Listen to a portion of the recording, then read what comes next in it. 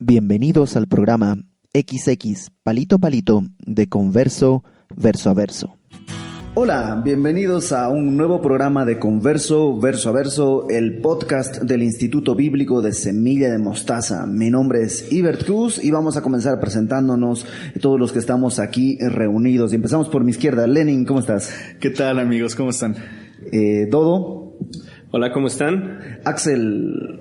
Saludos a todos. César Cárdenas. ¿Qué tal? ¿Cómo están? Aarón. Hola, buenos días. Y Josué Ayuso. Hola, ¿qué tal? Pues acercándonos a nuestro último programa del año, no sé si tendremos uno más, creo que sí, pero el día de hoy vamos a dedicarlo a algunas preguntas, una muy interesante que nos llegó y que tiene que ver con el origen del mal. Pues no voy a leer por completo toda la pregunta, pero básicamente nos dice esto. Esta pregunta, si esto es lo que pasó por la mente de Dios, que si Dios dijo esto, bueno, creo que los ángeles no son suficientes para mí, así que voy a crear al hombre. Voy a crear al hombre sabiendo que uno de mis ángeles se rebelará contra mí y hará pecar al hombre. Permitiré el sufrimiento y la muerte del hombre. Luego, cuando el hombre crea en mí, a ese le daré vida eterna para que venga y me adore eternamente. Y al que no crea, pues que arda en el infierno. Y a Satán le daré castigo. O sea, Dios creó a ese ángel que sería malo sabiendo que haría pecar a Adán. ¿Por qué Dios hizo eso? ¿Por qué Dios no hizo más bien esto otro? Otra vez habla Dios. Como sé que he creado un ángel que me traicionará, entonces no crearé al hombre para que no sufra, o no crearé a ese ángel enfermo y crearé al hombre para que viva feliz a mi lado y le mostraré mi amor. Pregunta, ¿Dios estaba aburrido cuando creó todo? ¿Es muy egocéntrico? Y aparentemente la pregunta no la está haciendo desde un punto de vista cínico, sino en una duda genuina. Así que, ¿qué piensan? ¿Qué pasó? Alex. Bueno, hay muchos puntos que él tocó y sería difícil tratar de enumerar todos, pero voy a tratar como de pensar en el que tú mencionaste ahorita y... No, yo no lo mencioné, estaba... Bueno, no, me refiero a lo que describiste en la pregunta. Creo que cuando las personas se hacen la pregunta, ¿por qué el mundo no es de otra manera? ¿Por qué es así? Creo que a lo mejor no están entendiendo cómo funciona el mundo. Dios ha creado seres morales. Uh-huh. Y es imposible tener seres morales sin la opción de tomar una decisión. Es imposible pensar en el amor sin la capacidad del odio. No puede haber un universo como tal. O incluso la indiferencia, ¿no? Exacto. Elegir entre el odio o la indiferencia. Exacto. Entonces, si quieres crear seres que tengan la capacidad de amar, tienen que tener la libertad para hacerlo. Y por lo tanto incluye la posibilidad del mal. No hay otra forma de hacerlo. Y no es que Dios estuviera aburrido al crear a los seres humanos. Sería como pensar que un hombre tiene varios hijos porque está aburrido. No es que Dios piense de esa manera. Simplemente Dios... Y Dios, bueno, puede haber casos, pero no necesariamente es cierto para todos. No es que Dios necesitaba ser adorado y creó seres porque necesitaba adoración. Él es en sí mismo, Él está completo, ¿no? Jehová Exacto. quiere decir el autoexistente. Exacto. Entonces, más bien nos crea como una expresión de su amor. Exactamente. Sí. Lenin, tú... Tengo un texto, Salmo 50, dice en el Salmo 50, dice en el versículo 12, desde el 12, dice, si yo tuviese hambre, no te lo diría a ti, porque mío es el mundo y su plenitud. ¿He de comer yo carne de toros o de beber sangre de machos cabríos? Entonces, Dios está enfatizando su autosuficiencia, ¿no? Dios no necesitaba de adoradores, ¿no? Uh-huh. Y el hecho de que Él nos haya creado para adorarle no es porque Él tuviera una necesidad de, necesito gente que reafirme lo maravilloso que soy, ¿no? Más bien Dios está expresando su gracia al permitirle a seres existir para poder disfrutar de su gloria. Exacto, es un privilegio nuestro que podamos adorarle, y no es que tenemos que, sino que cuando lo conocemos, cuando Él se nos revela, podemos encontrar el propósito de nuestra existencia, que es ese, ¿no? Adorar. No existe mejor posición en el hombre que estar adorando al Creador. Exacto. Aparte, cuando hablamos del problema del mal, tenemos que entender algo importante. Alvin Plantinga, un filósofo cristiano, él enseña en Notre Dame, y él dice acerca del problema del mal, tiene la siguiente fórmula, él se acerca de la siguiente manera. Porque la gente cree que es incompatible la maldad con un Dios bueno, pero él dice, Dios es bueno, todopoderoso, creó el mundo y permite el mal por una buena razón. No necesito a veces saber la razón para entonces justificar por qué hay mal y existe un Dios amoroso. Solo tengo que saber que hay una buena razón. Y en el mundo vemos razones de por qué Dios permitiría el mal. Ese tipo de respuestas los apologetas les llaman teodiceas. Hay ciertas virtudes en los seres humanos que no se pueden desarrollar a menos que experimenten cierto mal o cierta presión. Uh-huh. Jesús es el mejor ejemplo de cómo un mal pudo traer un bienestar para otros. De la misma manera que una pequeña vacuna puede traer un pequeño dolor y malestar a un niño, pero va a producir fuerzas en su cuerpo para resistir otros males. De la misma manera, Dios tiene buenas razones por qué permitir el mal. Aunque no podamos entenderlas desde este lado del universo. Exacto. No siempre podemos entenderlas, pero Dios es infinitamente más sabio que nosotros. Nosotros podemos ver pedacitos del pasado y a veces dilucidar el presente cuando Dios puede ver todo el mapa completo. Entonces Dios es infinitamente sabio y no es incompatible un Dios de amor con la maldad. Otra vez, el hecho de crear seres morales, libres, incluye la capacidad de hacer mal, pero también incluye la capacidad de amar. ¿No? Okay. ¿Alguien más quiere decir algo al respecto? Su palabra dice que Dios es amor, ¿no? Y en esta misma eternidad que comenta Alex, yo un poco lo puedo comprender cuando Jesús está orando al Padre, ¿no? Que le dice, Padre, yo sé que tú todo lo puedes, ¿no? Si puedes, haz pasar de mí esta copa. Pero no se haga mi voluntad sino la tuya. Pensando en esta eternidad de Dios, es el mejor plan, ¿no? Es el mejor plan. Entonces, efectivamente no lo podemos comprender, pero podemos descansar en que Dios en esta eternidad ya lo ha pensado eternamente y esta era la mejor forma, ¿no? Permitir que todos estos sucesos pasaran es la mejor forma para que nosotros pudiéramos comprender de qué manera Dios es amor. Porque a lo mejor, tomando como punto de partida lo que dices, sí, la vida, dice la palabra, que es como neblina, ¿no? Que se aparece y luego se desvanece, sacado de las Escrituras, literalmente, ¿no? Vivo para Dios hoy y por siempre, ¿no? Como dice el pastor Fermín. Todo lo que pase aquí, las injusticias, tienen fecha de caducidad. Su amor, su misericordia, que se van a revelar desde aquí hasta el final, claro, no terminan, ¿no? Y las injusticias que hay, y el mal que hay, y el dolor que hay, no van a ir más allá de esta esfera de la existencia, ¿no? Aparte, hablando del infierno, que sería otro tema incluso que podríamos hablar en otra ocasión, no es como que Dios...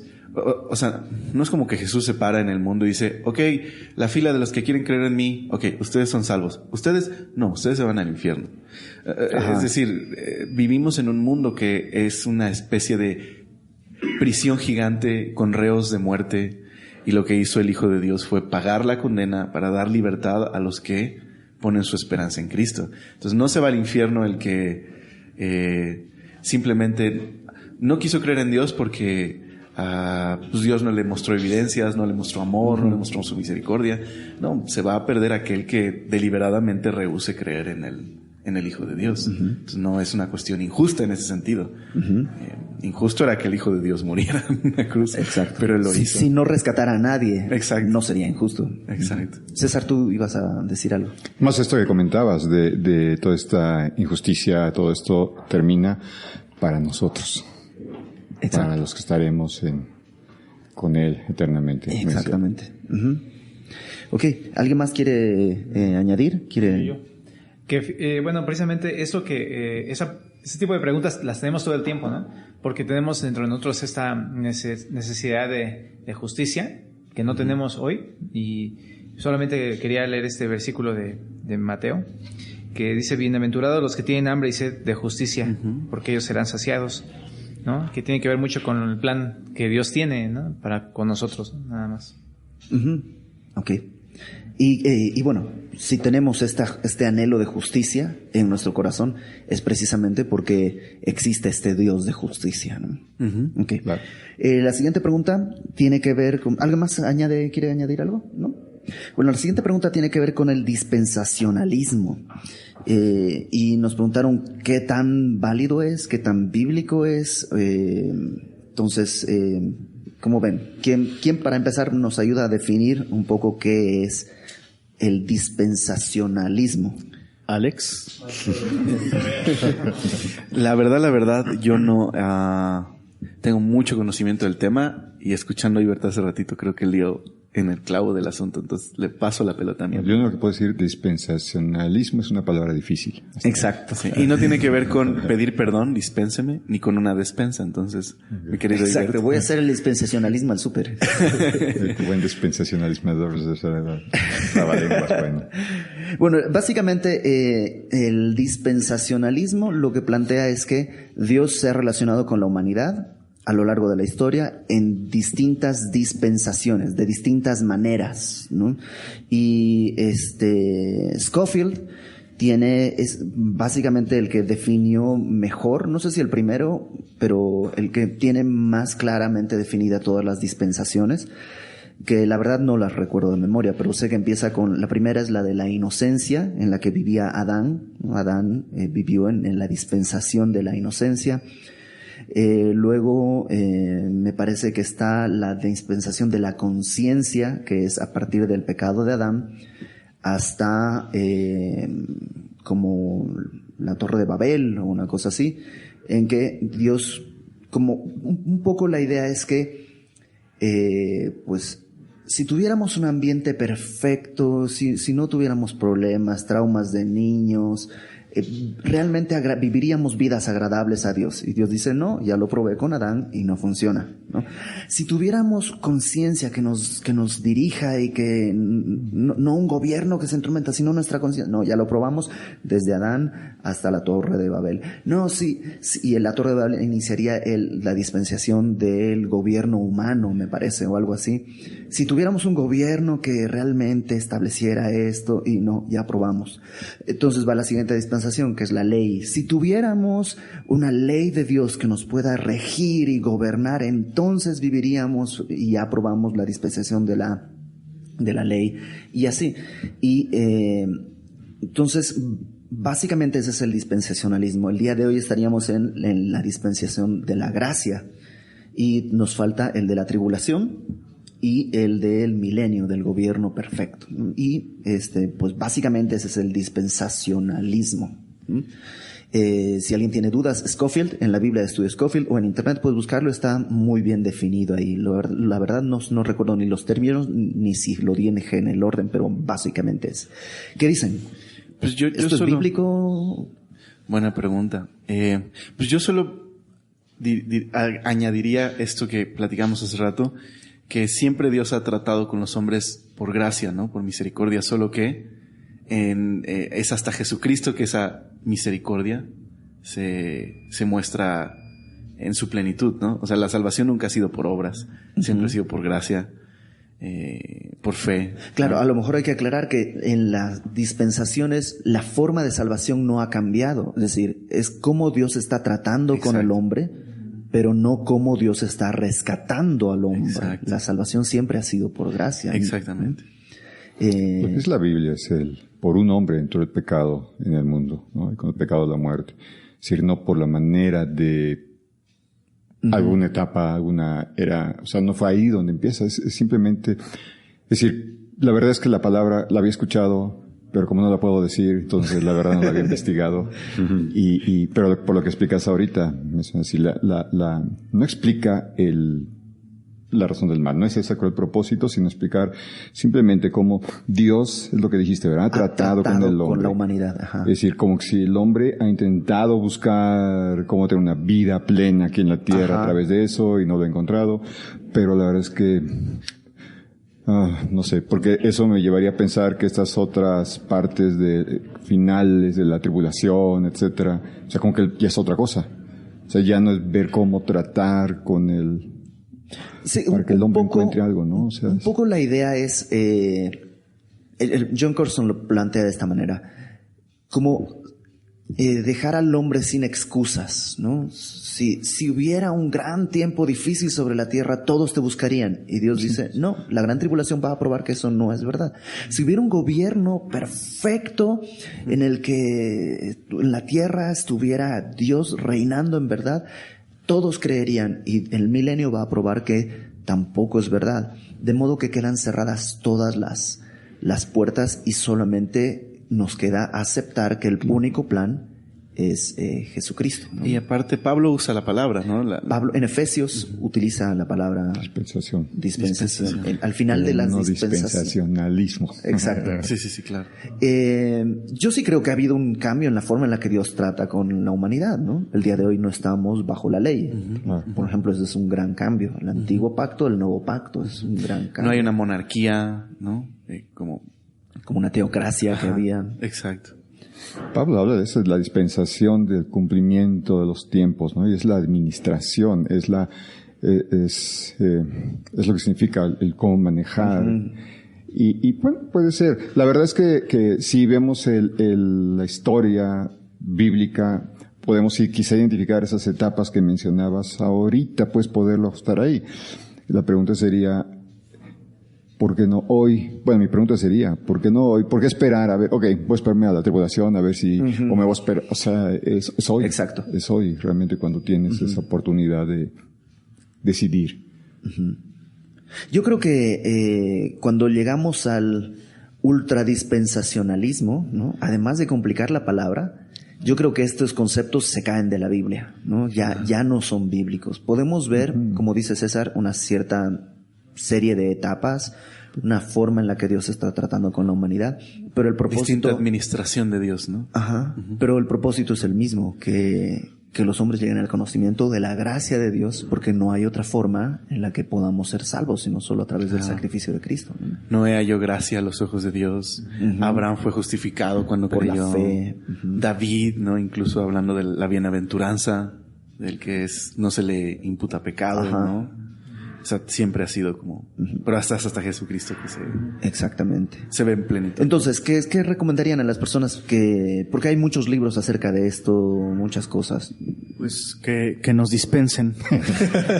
Dispense usted. No, creo que solo como que hay que evitar caer en el peligro de pensar que Dios actuó de distintas maneras porque ciertos métodos no funcionaban, ¿no? Claro. O sea, puede ser peligroso pensar eso. Llevarlo al extremo de, es que Dios trató esto y no funcionó. Y entonces Dios trató esto otro y no funcionó. Entonces, más bien, eso, como, mientras no vaya en esa dirección, ¿no? Claro. El concebir el dispensacionalismo, creo que puede tener un marco bíblico sano. Claro. Como a lo mejor podríamos decir que Dios es el que construye la historia, por decir así, o teje la historia. Porque hay un sentido en el que no solo Dios, sino el hombre no cambia, ¿no? O sea, Dios es el mismo ayer, hoy y por los siglos. Sí, exacto. Pero el hombre, por todas las edades, con distintas vestimentas, distintas culturas, distintas condiciones, ¿no? En realidad el problema siempre ha sido el mismo, ¿no? Aunque ven solo cuando viene a la cruz. Ahí es hecho una nueva. No cambia, sino es hecho nueva criatura. Si el propósito, perdón César. No, iba a decir esto de si Dios no ha cambiado desde Génesis 3 la caída, Génesis 3 el anuncio, la simiente de la mujer, no a través de, si dijo Dios, vamos a probar, prueben ustedes a través de a ver si les sale. A ver esa otra manera, a ver cuáles funcionan. Sí. De hecho, eso va muy ligado porque si Dios no ha cambiado a lo largo de los tiempos y siempre Él ha querido que lo conozcan desde el principio en la dispensación que sea, si nosotros vivimos en la dispensación de la gracia el día de hoy, debemos de responder mediante a eso, ¿no? como decías César, eso hace rato, hoy es el día de salvación, ¿no? Hoy es el día en que uno se puede arrepentir, ¿no? Y la historia tiene un clímax, ¿no? Reunir todas las cosas, dice Efesios, en Cristo, ¿no? Tiene un clímax la historia. Y yo creo que en este tema, como en el asunto de la voluntad permisiva y la voluntad perfecta, ¿no? Son términos que en teología funcionan muy bien, ahí en tu libro de teología sistemática, pero que en la vida real no hacen gran diferencia, porque el llamado es uno solo, a hacer la voluntad de Dios, ¿no? No te cuestiones, estaré hoy quiero despertarme, quiero vivir en la voluntad permisiva y mañana en la voluntad, o sea, esos términos son buenos y útiles para la sistematización de la teología, pero la teología no es la vida diaria, ¿no? La vida diaria estamos llamados a caminar en obediencia, en amor y a responder, como dicen César y Josué, hoy, que es el día de salvación. De hecho, yo veo cierta conexión entre la pregunta anterior y esta, en el sentido de que al final Dios es soberano, infinitamente sabio y bueno, y tiene control de todas las cosas y control de la historia, ¿no? Y pensando en esto del problema del mal y las dispensaciones. Creo que muchos de los términos o debates en torno a, o cuestionamientos en torno a por qué Dios actúa de cierta manera, en el fondo están brotando de un concepto muy humano de Dios, ¿no? Ajá. O sea, de pensar de Dios como alguien a quien podemos, a lo mejor no lo hacen todos con esta intención, pero sentarlo en un banquillo y examinarlo, ¿no? Y llegar a conclusiones. Y hay que empezar por allí, o sea, el concepto mismo de Dios, ¿no? Lo hace trascendente a nuestra capacidad de comprensión. ¿Quién entendió la mente de Dios? ¿Quién entendió? ¿Quién fue su consejero? Entonces, si incluso he platicado con varias personas que ese es el más grande obstáculo que tienen para poder confiar en Él o creer en Él o creer su palabra, ¿no? Que simple y sencillamente no aceptan el hecho de que haya un ser más grande al que no puedan entender incluso. Aún si Dios nos diera respuestas de muchas cosas, creo que estaría fuera de nuestro entendimiento. Y no es que Dios actúe de manera irracional, no hace cosas ilógicas, sino que también hay que tomar en cuenta, como dice Lenin, que también somos seres caídos y nuestra percepción de la vida y del mundo y de la realidad está manchado por el pecado. Y es cuando nos hacemos cristianos y entonces hay un efecto de renovación en nuestro entendimiento que podemos, por decirlo de alguna manera, ponernos los lentes de Dios o ver las cosas. Comenzar a ver, pero aún así, el día de hoy vemos como en un espejo, dice Pablo, o sea, no vemos claramente. Exacto. Pero un día vamos a ver, ¿no? Y cuando le veamos, pues no va a importar nada de lo demás, ¿no? Solo va a importar él. Exactamente. Y la recomendación final para mí sería esta: ¿quieres conocer realmente cada vez más y más a Dios? Está su palabra. Acércate a ella, pasa un buen tiempo con él. Y no tengan, o sea, no se claven en términos teológicos y esas cosas, ¿no? La palabra no es teología, la palabra está viva, es eficaz y es palabra de Dios nada más, ¿no? Y no está mal estudiar teología, pero no riges tu vida por tu sistema teológico, riges tu vida por la palabra de Dios. Exacto, porque términos pueden cambiar con el tiempo, ¿no? Y podríamos estar adjudicando cierta terminología a una doctrina bíblica que no estamos viendo con claridad y después vemos que, mira, nos faltaba ver estos otros pasajes y tomarlos en cuenta, ¿no? Ok. Pues rápidamente la tercera pregunta va a ser de velocidad. Y de Velociraptor. De velocidad dice: ¿se escucha a Dios en su silencio?